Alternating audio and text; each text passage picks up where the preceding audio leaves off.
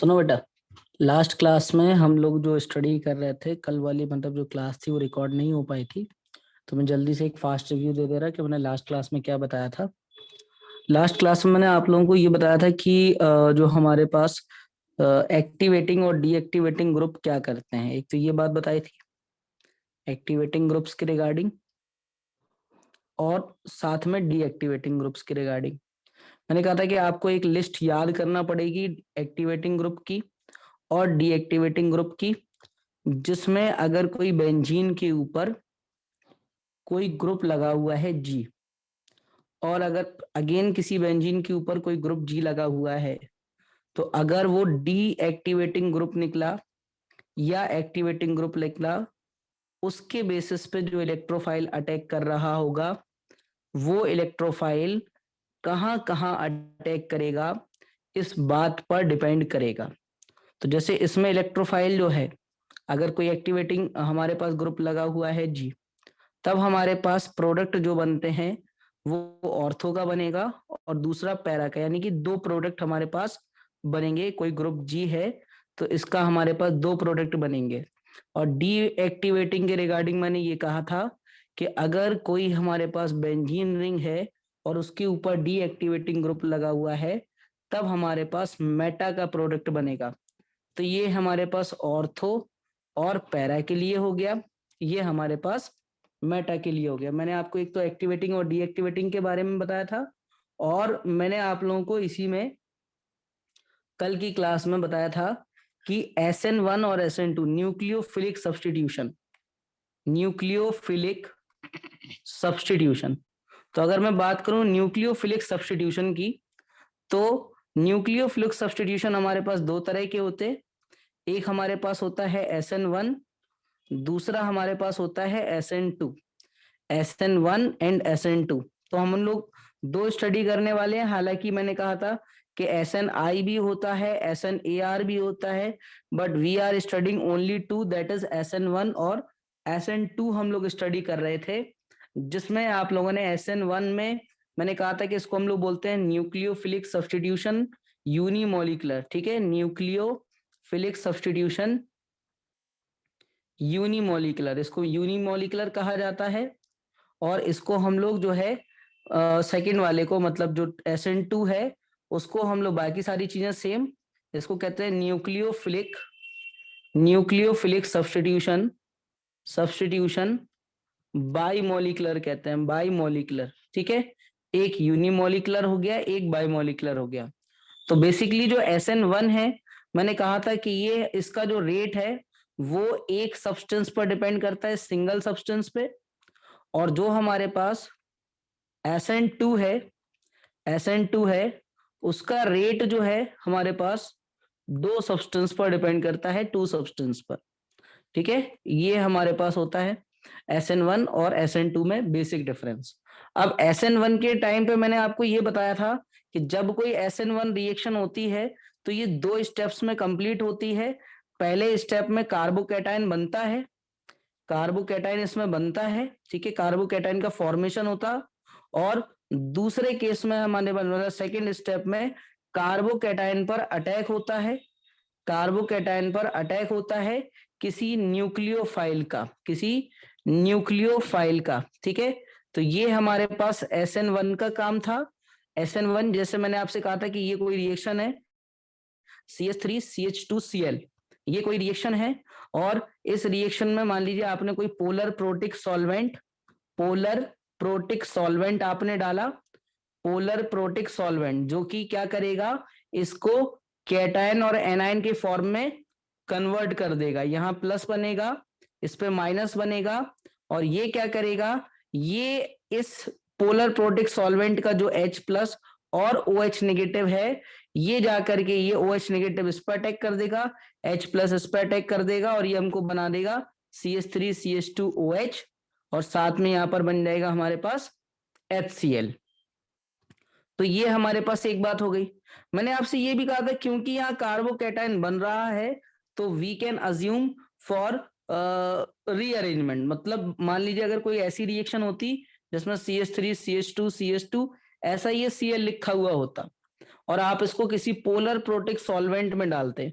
Polar protic solvent वो solvent है जो केवल फोर्स ऑफ अट्रैक्शन को वीक करेगा, और जब वीक करने के बाद इनको तोड़ देगा। जैसे ये Cl नेगेटिव, यहाँ पॉजिटिव इसमें तोड़ दिया है, तो Cl नेगेटिव को Cl नेगेटिव के रास्ते को रोक के रखेगा, ताकि Cl नेगेटिव अगेन जाकर के अटैक ना कर पाए इस कार्बोकैटायन पे। तो ये पोलर प्रोटिक का काम था कि Cl नेगेटिव को अपनी तरफ एक जगह से, मतलब HOH जो होते हैं इस तरह से इसको घेर के रखते हैं। मतलब HOH जो है इस पे पार्शियली पॉजिटिव चार्ज होता है, इस पे पार्शियली नेगेटिव। तो ये जो है इस Cl नेगेटिव को घेर के रख लेता, ताकि ये दोबारा से जा करके अटैक ना कर पाए। ठीक है, ये कुछ इस तरह से इस पे partial positive partial positive partial positive, ये जाकर के दोबारा उस पर रिटर्न अटैक ना कर पाए। ठीक है, अब मैंने आपसे ये भी कहा था कि कार्बोकैटायन अगर बन रहा है, जैसे ये CH3 CH2 CH2 प्लस है, तो एक पॉसिबिलिटी ये है कि भाई यहाँ पर ध्यान दिया जाए 1 डिग्री 2 डिग्री और 1 डिग्री, और ये कार्बोकैटायन जो कार्बन के ऊपर पॉजिटिव आता है उसको कार्बोकैटायन कहा जाता है। तो ये कार्बोकैटायन कितने डिग्री का बना? ये 1 डिग्री का बना। और अगर ये 1 डिग्री का बनेगा तो फिर ये क्या करेगा, इसको H प्रोवाइड कर देगा और खुद में कार्बोकैटायन बन जाएगा। ये कार्बोकैटायन ऐसा बन जाएगा और CH2 के पास एक H आ जाएगा। तो जब भी ऐसी स्टेट आए कि कोई कार्बोकैटायन है और उसके ऊपर कोई डिग्री है X, और ये उसके बगल में कोई कार्बन है उसकी डिग्री है कोई Y, ये Y डिग्री का, ये X डिग्री का, अगर Y जो है वो X से ग्रेटर है तो ये कन्वर्ट हो जाएगा इसमें। तो ये हमारे पास कन्वर्ट हो जाएगा इसमें, यानी कि जिसकी डिग्री ज्यादा है वो कार्बोकैटायन बन जाएगा और दूसरा वाला जो है वो नॉर्मल स्टेट में चला जाएगा। तो ये कार्बोकैटायन के केस में होता है। जैसे one more example I am taking, जैसे ये है CH3, यहाँ मान लो CH3 है, यहाँ CH, इधर पे मान लो इधर Cl लगा हुआ होता, अगर इधर से ब्रेक करते तो ये पॉजिटिव बनता। अब हमको ये पता है कि ये कितने डिग्री का है 2, ये कितने डिग्री का है 3, तो ये क्या करेगा, इसको H प्रोवाइड करेगा। ये इसको H प्रोवाइड करेगा तो कार्बोकैटायन खुद बनेगा। बट इसने देखा कि इसके बगल में 3 डिग्री का है, तो ये 3 डिग्री वाला इसको H प्रोवाइड करेगा खुद कार्बोकैटायन। मतलब रियलिटी में जो कार्बोकैटायन बनेगा वो यहाँ पर कार्बोकैटायन बनता है। इसमें कार्बोकैटायन का जो ऑर्डर है वो है 3 to 1 का।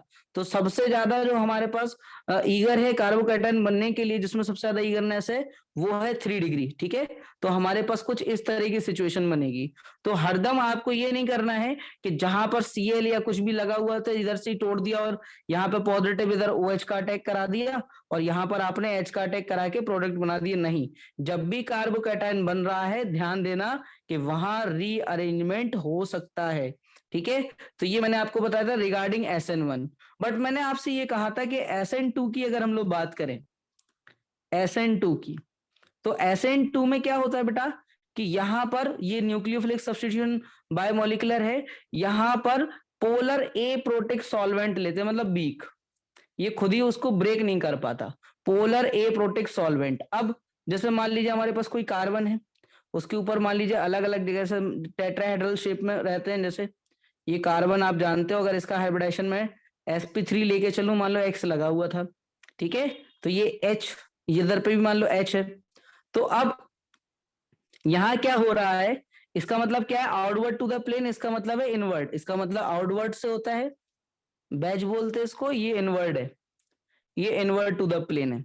तो इस केस में मान लीजिए आपने KOH लिया और KOH से आप रिएक्शन कराना चाह रहे हैं, इसके पास K प्लस है और OH नेगेटिव है, OH नेगेटिव और K प्लस है।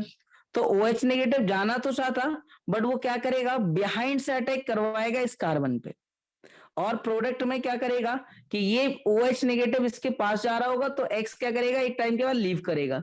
मतलब OH नेगेटिव डायरेक्टली अटैक तो नहीं करता, वो क्या करता, क्योंकि ये हमारे पास जो यहाँ पे हेलोजन है, ये इस पर पार्शियली पॉजिटिव चार्ज फील कराएगा इसको। क्यों? क्योंकि इलेक्ट्रॉन्स को टुवर्ड्स अपनी तरफ खींचेगा इंडक्टिव इफेक्ट के थ्रू। तो यहाँ पर क्या आ जाएगा हमारे पास, एक पे पार्शियल पॉजिटिव, एक पे नेगेटिव। अब जो OH नेगेटिव जो है ये क्या करेगा, बिहाइंड से जाएगा, आगे से तो जा नहीं सकता क्योंकि वहां पे खुद एक हेलोजन है जो कि खुद नेगेटिव चार्ज रखता है। तो ये पीछे से जाके इस पे एक बॉन्डिंग बनाने लगेगा, तो इसकी जो बॉन्डिंग होगी ये वीक होने लगेगी। इस स्टेट को ट्रांजिशन स्टेट कहा जाता है। ठीक है, ट्रांजिशन स्टेट। और इसके बाद हमारे पास सीधे OH जो है वो मजबूती से पकड़ लेगा कार्बन को और X नेगेटिव जो है वो फाइनली रिमूव हो जाएगा। तो ये हमारे पास बिहाइंड से अटैक होता है। वाइल जो हमारे पास SN1 हो रहा था, SN1 में एक कार्बोकैटायन पहले बनता है, कार्बोकैटायन बनने के बाद हमारे पास सेकेंड स्टेप में अटैक होता है, फिर प्रोडक्ट बनता है।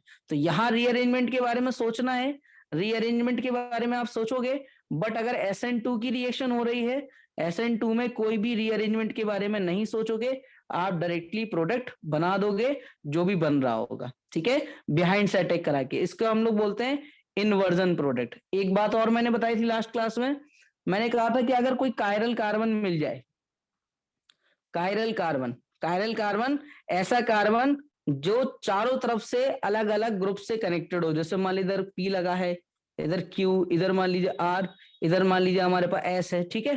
तो ये हमारे पास कहलाएगा कायरल कार्बन। क्यों? क्योंकि इस पे चारों के चारों जो हैं वो डिफरेंट ग्रुप लगे हुए हैं। तो अगर SN1 में आपको कायरल कार्बन की रिएक्शन दिखाई दे तो याद रखना, कायरल कार्बन मतलब जैसे मान लीजिए इधर मैंने लगा दिया कुछ, इधर लगा दिया हमारे पास H लगा दिया, इधर मैंने मान लीजिए इधर लगा दिया मैंने CH3, यहाँ पर मैंने लगा दिया कुछ मान लीजिए यहाँ पे कोई बेंजीन ग्रुप लगा दिया, इस तरह से ये सब लगा दिया, और यहाँ पे मान लीजिए Cl है।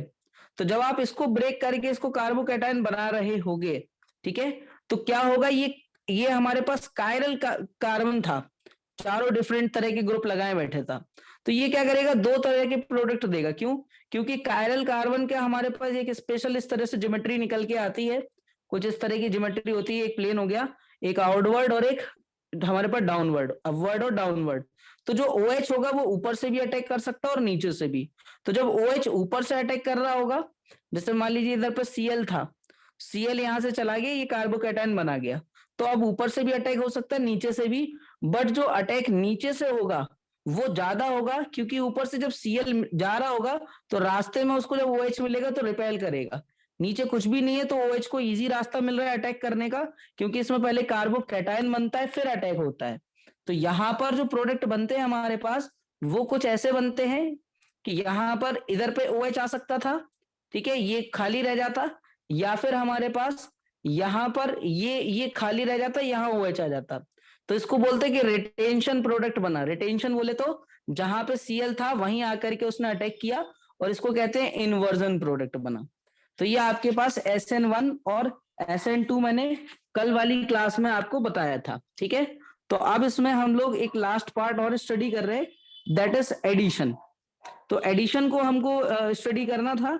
एडिशन वाले केस में मैंने आपसे क्या बताया था कि एल्कीन्स की रिएक्शन हम लोग स्टडी यहाँ पे करते हैं बेसिकली, कि अगर जैसे मान लीजिए कार्बन डबल बॉन्ड कार्बन है और इसके पास XY आ रहा है, ठीक है, मान लीजिए कोई XY आ रहा है, अब इस X में एक पे पॉजिटिव है एक पे नेगेटिव है, तो अगर पहले एक स्टेप में पॉजिटिव जाके अटैक कर दे और ये कुछ ऐसा बना दे कि इनका डबल बॉन्ड तोड़ दे, खुद X लग जाए, फिर Y नेगेटिव आए, वो जाकर के इस कार्बन पर अटैक करे, तब हमारे पास जो है ये इस तरह से एक प्रोडक्ट बन जाएगा। एक ये पॉसिबिलिटी थी। दूसरी पॉसिबिलिटी ये थी कि कार्बन डबल बॉन्ड कार्बन होता, यहाँ पर प्लस था यहाँ माइनस था, पहले माइनस वाला जाके अटैक कर लेता और इस पे पहले Y जोड़ जाता और फिर एक प्लस वाला आकर के अटैक कर लेता और फिर इस पे हमारे पास X और Y जुड़ जाता। याद रखना कि अगर पहले माइनस वाला अटैक करता है, ठीक है, अगर पहले माइनस वाला अटैक करता है तब हम लोग उसको बोलते हैं nucleophilic addition. Nucleophilic addition, nucleophilic addition word कब यूज किया जाता? जब नेगेटिव वाला पार्ट पहले स्टेप में अटैक करे और दूसरे स्टेप में प्लस वाला करे। अगर पहले स्टेप में प्लस वाला पार्ट अटैक करेगा और माइनस वाला सेकेंड स्टेप में, तब हम लोग उसको इलेक्ट्रोफिलिक एडिशन के नाम से जानते हैं, ठीक है, इलेक्ट्रोफिलिक एडिशन।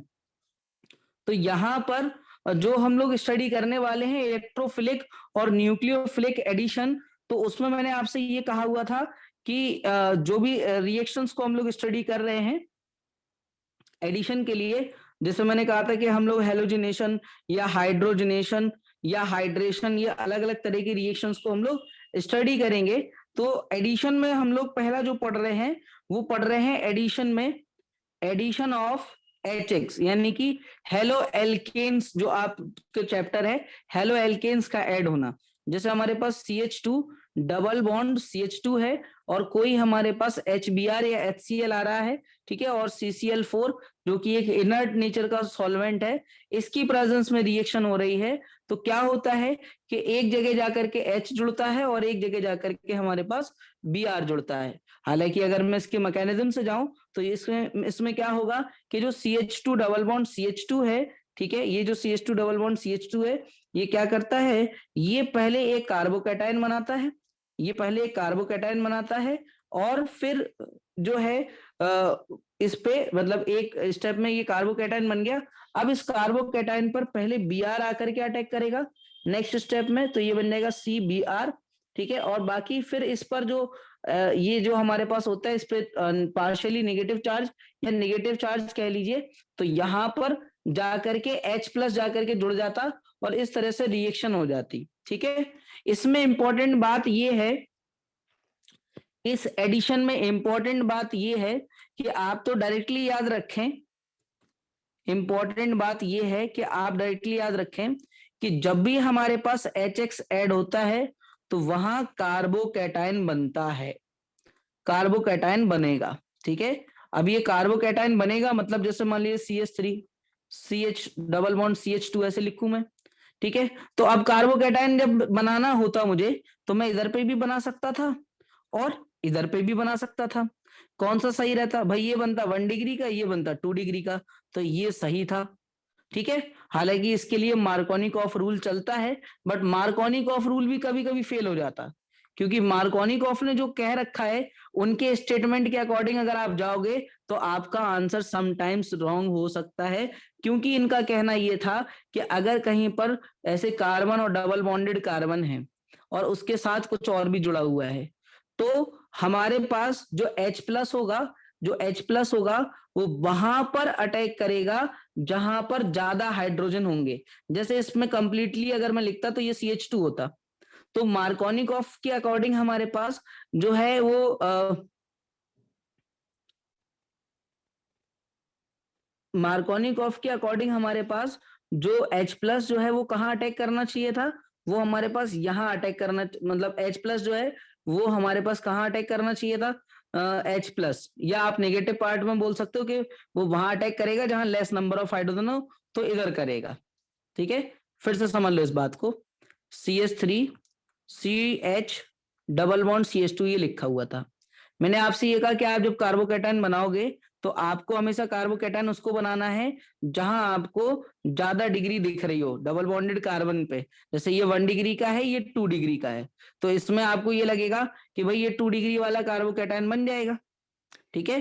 तो मार्कोनिक ऑफ का ये कहना था कि जो हमारे पास जो HX पार्ट होता है, इसमें से जो H+ होता है, X नेगेटिव होता है, X नेगेटिव वहां अटैक करेगा जहां पर लेस हाइड्रोजन प्रेजेंट होंगे कार्बन के साथ, यानी कि ये X नेगेटिव इधर अटैक करेगा और H+ कहां अटैक करेगा, इधर अटैक करेगा।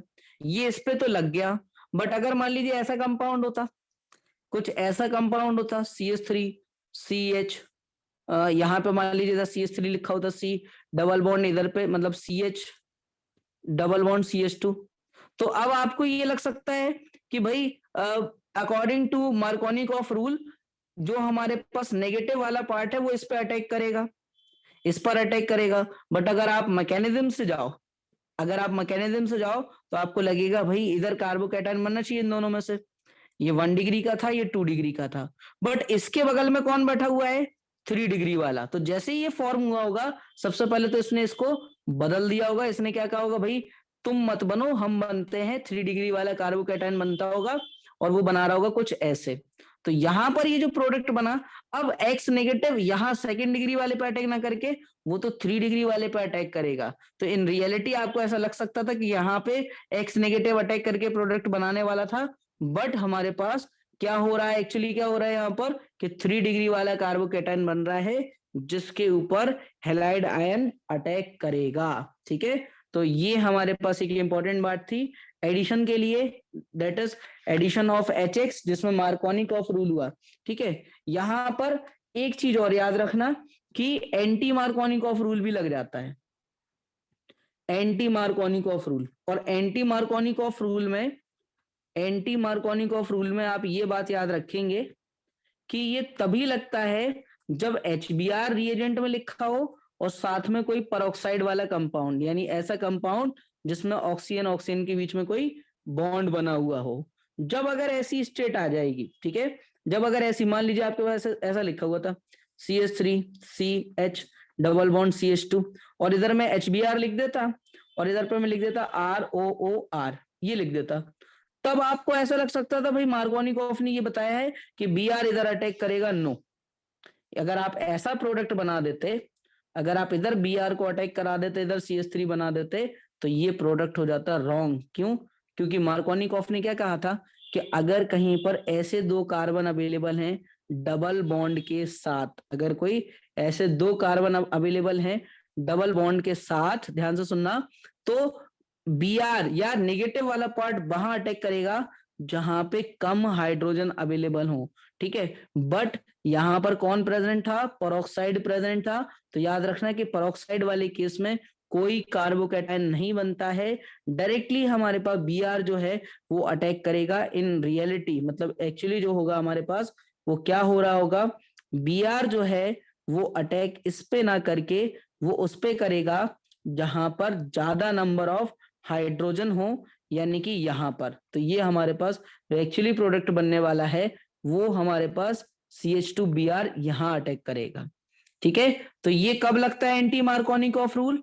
एंटी मार्कोनिकॉफ रूल बेटा तभी लगेगा, एंटी मार्कोनिकॉफ रूल तभी लगेगा जब बेटा,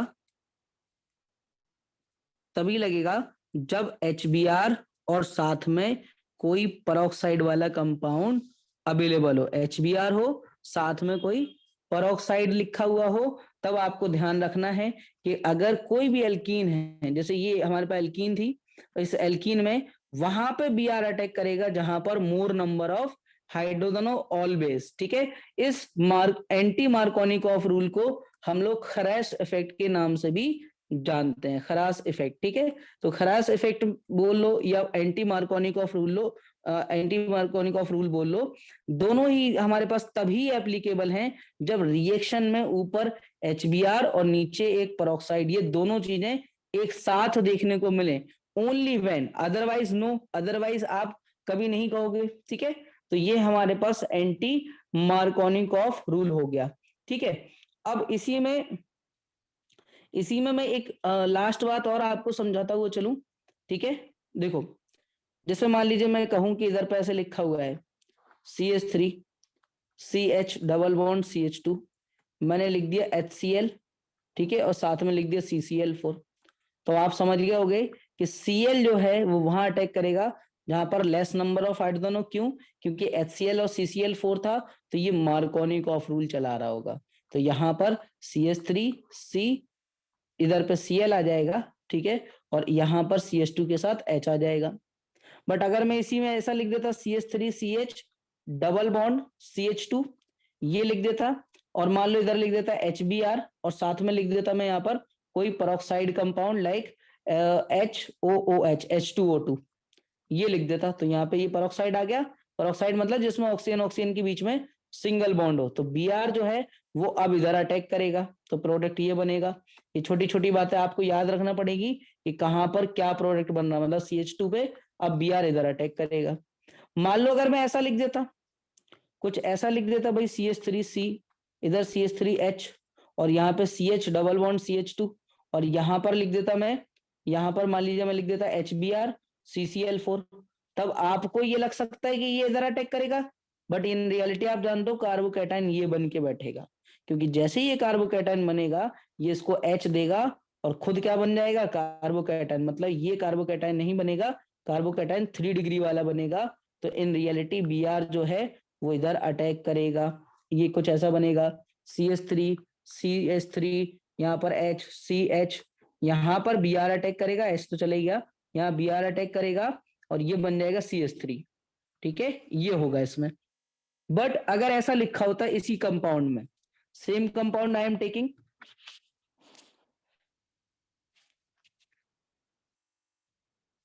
CH3, यहाँ पर CH3, यहाँ पर H, CH2 CH3 ये लिखा हुआ है। ध्यान से सुनिएगा, अगर इसको ऐसा कर दूं मैं, मतलब HBr ले लूं और साथ में पेरोक्साइड कंपाउंड ले लूं, कोई पेरोक्साइड कंपाउंड मैंने HOOH ऐसे ले लिया, तो याद रखना कि ये जो था, इसको मैं पहले डबल बॉन्ड कर दूं, CH डबल बॉन्ड CH2, ठीक है। तो ये जो Br था वो डायरेक्टली इस पे ही अटैक करेगा, क्योंकि यहाँ पे कोई कार्बोकैटायन नहीं बनता है, और ये जो है एंटी मार्कोनिकॉफ रूल के अकॉर्डिंग प्रोडक्ट बनाएगा। यानी कि यहाँ जो प्रोडक्ट बनेगा वो ये बनेगा, CH3, यहाँ पर CH, यहाँ CH, यहाँ सिंगल बॉन्ड CH2, Br इधर आएगा, H इधर आएगा। तो ये छोटी छोटी बातें आपको याद रखना पड़ेंगी, ठीक है। क्योंकि अभी आपने ये सीखा भाई कि ये एक एडिशन, आपने ये समझ लिया कि एडिशन हमारे पास ऐसे होता है, जो आपके हेलो एल्केन हेलो एरीन में चैप्टर में ही दिया हुआ है, ठीक है। अब इसमें लास्ट बात एक और, दैट इज कार्बोकैटायन क्योंकि बन रहा है। कब बनता है कार्बोकैटायन? जब हमारे पास मार्कोनिकॉफ रूल चल रहा होता, या इन जनरल अगर हम लोग कहें, जब हमारे पास HX कंपाउंड जुड़ रहा होगा, HX कभी जुड़ रहा होगा, ठीक है, तब हमारे पास कार्बोकैटायन फॉर्म होता है। बट अगर कार्बोकैटायन हमारे पास कायरल नेचर का निकल गया, जैसे हमारे पास मान लीजिए आपने ये इधर C डबल बॉन्ड C ऐसे लिखा हुआ है, इधर आपने लिख दिया CH3, और इधर आपने लिख दिया कुछ और कंपाउंड Cl वगैरह कुछ लिख दिया, ठीक है। और मान लीजिए अब ये जो हमारे पास बना कायरल नेचर का कार्बोकैटायन आपने बनाया, आप जानते हो कि भाई इधर H2 लगा दिया। अब इसमें अगर आप कोशिश करो कि भाई कार्बोकैटायन ये बन गया, जैसे ये कार्बोकैटायन बना तो it will be like this, CH3 Cl CH2। अब आप समझ गए होंगे इसमें दो पॉसिबिलिटी अटैक करने की, यानी कि एक हमारे पास ऊपर से भी अटैक कर सकता था और नीचे से भी। तो हमारे पास याद रखना कि अगर रिएजेंट एस टाइप का कुछ आ जाए जिसमें कायरल कार्बोकैटायन बनता है, तो वहां पर जो Br हो या Cl जो है, वो जो भी आ रहा हो Br या Cl, तो वो दो जगह से अटैक करेगा, एक बार ऊपर से एक बार नीचे से।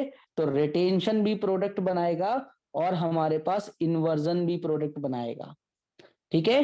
तो मैं एक बार आपको रिकॉल करा दूं कि रिएक्शन मैकेनिज्म में आपने क्या क्या स्टडी किया, ठीक है। इसके अलावा रिएक्शन मैकेनिज्म और भी बहुत कुछ है, बट उसको अभी हम लोग स्टडी नहीं कर रहे। मैं सोच रहा हूँ कि एक बार आपको E1 और E2 रिएक्शन बता दूं, E1 E2, क्योंकि E1 और E2 आपको एल्कोहल वाले चैप्टर में मिल जाएगा, E1, ठीक है। तो E1 में क्या होता है, ध्यान से सुनिएगा। अगर मान लीजिए ऐसे कुछ रिएक्शन है, RCH CH3OH लिखा हुआ है, ठीक है, तो इसमें हम लोग एलिमिनेशन कहते हैं इसको, एलिमिनेशन रिएक्शन। तो ये लास्ट पार्ट है एलिमिनेशन, और बता दे रहा। तो अगर मान लीजिए इस पे लिखा हुआ है ऊपर ऐसे कंसंट्रेटेड H2SO4 और H3PO4 इस तरह से, तो क्या होता है कि ये हमारे पास इस केस में क्या करेगा, यहां से एक जगह से H निकालेगा, OH निकालेगा, वाटर को निकाल देगा, और इसको हमारे पास डबल बॉन्डेड में कन्वर्ट कर देगा। यानी यहाँ पे देखो पहले वाले केस में क्या हो रहा था, ये डबल बॉन्ड टूट रहे थे, अटैक इन पे हो जा रहा था, बट यहाँ पर क्या हो रहा कि ग्रुप ही निकाल करके डबल बॉन्ड में कन्वर्ट कर दे रहा। ये हमारे पास एलिमिनेशन है E1 वाला, ठीक है। तो ये हमारे पास एलिमिनेशन E1 वाला है, और E1 वाले एलिमिनेशन में हमारे पास याद रखना कि यहाँ पर कार्बोकैटायन बनता है। अब बाकी सारी डिटेल की बात करने की कोई जरूरत नहीं है, इसमें कार्बोकैटायन बनेगा, यानी कि ये कार्बोकैटायन बनेगा, फिर यहां से निकलेगा और ये डबल बॉन्डेड होगा। तो ये सारी चीजें हमारे पास चलेंगी कब, E1 में। E2 में क्या होता है, E2 हमारे पास E2 एलिमिनेशन जो है, इसमें क्या होता है कि मान लीजिए कोई हमारे पास ग्रुप लगा हुआ है और इधर पे कुछ लगा हुआ है, तो साइमल्टेनियसली दोनों एक साथ ही निकल जाते हैं। ये कब निकलेंगे, जब आप स्ट्रॉन्ग बेस ले लो। याद रखना, अगर आपने वीक बेस ले लिया इसी रिएक्शन में, अगर आपने कोई वीक बेस ले लिया, यहां पर H है, अगर आपने वीक बेस ले लिया, तब हमारे पास E1 होगा, E1 होगा, कार्बोकैटायन बनेगा। बट यहां पर नो कार्बोकैटायन फॉर्म, डायरेक्टली ये HX निकल जाएगा और सीधे सीधे ये प्रोडक्ट बना देगा। तो आपको E2 वाले केस को कुछ याद नहीं रखना है, बट E1 वाले को आपको याद रखना है कि E1 में जब पहले एक ग्रुप निकलेगा ये कार्बोकैटायन बनेगा, और भी पॉसिबिलिटी है कार्बोकैटायन शिफ्ट हो सकता है, फिर हमारे पास H निकलेगा और H इलेक्ट्रॉन दे करके निकल जाएगा। अब कहाँ पे डबल बॉन्ड आएगा वो आपको ध्यान रखना पड़ेगा। जैसे फॉर एग्जाम्पल इस तरह से लिखा हुआ है CH3 CH, और मान लीजिए इधर पे लिखा हुआ है, एक सेकेंड, यहाँ मान लीजिए ऐसे CH3 है और इधर लिखा हुआ है Cl, और यहाँ पर H और यहाँ पे CH3। तो आपको ये लग सकता है भाई Cl निकलेगा इस H को लेके, नहीं, इसमें एक्चुअली क्या होगा कि पहले स्टेप में जब Cl निकल रहा होगा तब हमारे पास कुछ ऐसी स्टेट आएगी, E1 को ही पढ़ रहे हैं हम लोग, एक वीक बेस आपने ले रखा है जो OH वगैरह प्रोवाइड कर रहा होगा इस Cl को निकालने के लिए। तो क्या कर रहा होगा ये हमारे पास ये CH3, ये CH, और ये बन गया होगा कार्बोकैटायन इधर CH3, ये बन गया होगा। तो ये जो कार्बोकैटायन फॉर्म हुआ है इसको ये क्या करेगा, ये 3 डिग्री का, ये 2 डिग्री का, तो इसको H पकड़ा देगा, कहेगा H तुम ले लो, कार्बोकैटायन हम बनते हैं। अब जैसे ये कार्बोकैटायन बने, ये जैसे ये कार्बोकैटायन मतलब ये हमारे पास तो CH था, अब ये CH2 हो जाएगा, ये CH3, ये बन चुका है कार्बोकैटायन। तो अब जो H निकालोगे या तो यहां से निकालोगे या यहां से निकालोगे, तो जब इधर से एक H निकालोगे तो क्या होगा, ये हमारे पास ऐसे बन जाएगा CH2 डबल बॉन्ड, यहाँ पे ये CH3 single bond CH2 CH3, तो ये प्रोडक्ट बनेगा। तो E1 में आपको क्या ध्यान रखना पड़ेगा, दैट इज कार्बोकैटायन बनता है, कार्बोकैटायन बनेगा, ठीक है। E2 में कोई कार्बोकैटायन नहीं बनेगा, E2 में कोई कार्बोकैटायन नहीं बनेगा, डायरेक्टली आपको डबल बॉन्ड बना देना है, कुछ भी नहीं सोचना है रीअरेंजमेंट के बारे में, एक ही प्रोडक्ट बनेगा। इसमें पॉसिबिलिटी है रीअरेंजमेंट की। तो ये छोटी छोटी बातें अब आपने पढ़ ली कि कहाँ कहाँ पे कार्बोकैटायन बन रहे हैं, कहाँ कहाँ पे कार्बोकैटायन नहीं बन रहे हैं, ये सारी चीजें आपने स्टडी कर ली। मैं एक बार आपको रिकॉल करा दूं चीजों को। आपने देखो न्यूक्लियोफिलिक जो सब्स्टिट्यूशन पढ़ा था SN1, यहाँ आपने देखा कि कार्बोकैटायन बनता है, या आपने देखा एडिशन, एडिशन देखा आपने किसका, HX का। तो HX के एक केस के अलावा जहां पे HBr और पेरोक्साइड था, उसके अलावा सभी जगह कार्बोकैटायन बन रहे थे। और आपने देखा क्या E1, इसमें भी कार्बोकैटायन बन रहा था। तो कार्बोकैटायन के आपने 3-3 केस स्टडी कर रखे हैं। आपने सब्स्टिट्यूशन जो पढ़े हैं वो अलग अलग पढ़े, जैसे फ्री रेडिकल भी पढ़ा आपने, फ्री रेडिकल के अलावा एलाइलिक भी पढ़ा, एलाइलिक के अलावा आपने जो है इसमें इलेक्ट्रोफिलिक भी पढ़ा और न्यूक्लियोफिलिक भी पढ़ा। तो काफी सारी चीजें आपने इसमें स्टडी कर डाली, ठीक है। और यहीं पर जैसे आपने एलाइलिक, इलेक्ट्रोफिलिक, न्यूक्लियोफिलिक ये सारे जो पढ़ डाले, या आपने SN1 SN2 E1 E2 ये जितने सारे पढ़ डाले, एक बार सारे रिएक्शंस को आप एक बार प्रिपेयर्ड कर लेना, क्योंकि कल की क्लास में मैं हेलो एल्केन एक ही बार में कंप्लीट कर दूंगा, ये बोल करके कि ये सारी रिएक्शन मैं आपको पढ़ा चुका हूं। आप रिएक्शन मैकेनिज्म के लेक्चर को बार बार देखिए। अब मैं उसमें जैसे क्लोरीन वाले केस में आपको याद हो, आपको मैंने रेशियो रटाए थे 5 3.81 का, ये 3:1 के लिए था। तो जितने भी रिएक्शन अभी आपने पढ़ी हैं वो इंपॉर्टेंट रिएक्शन पढ़ी है सारी रिएक्शन मैकेनिज्म में, और जो कल का लेक्चर रिकॉर्ड नहीं हो पाया था वो भी मैंने रिकॉर्ड कर दिया। तो अराउंड 6 लेक्चर में शायद आपका पूरा जीओसी और रिएक्शन मैकेनिज्म आ गया है। तो अब आप उन 6 लेक्चर को शुरू से एक बार और देख लीजिए और अपने मन में मेमोराइज कर लीजिए चीजों को, ताकि आप भूले ना। बिकॉज ये जो 2 चैप्टर हैं, हेलो एल्केन, हेलो एरीन और एल्कोहल फिनोल ईथर, ये शायद 3 लेक्चर में कंप्लीट होना है, ठीक है। तो पूरे पूरे चैप्टर निपट जाएंगे अगर आपको ये सारी चीजें आती हो अच्छे से, ठीक है। तो इसको आप अच्छे से प्रिपेयर्ड कर लें, ताकि कल की क्लास में पहले मैं आपसे पूछूंगा, तभी मैं हेलो एल्केन और हेलो एरीन को इनिशिएट कराऊंगा, ठीक है। तो हम लोग मिलते हैं कल, तब तक आप जीओसी और रिएक्शन मैकेनिज्म प्रिपेयर्ड कर लें। अगर किसी बच्चे के पास नोट्स ना हो तो मुझसे व्हाट्सएप पे मांग लेना, ठीक है।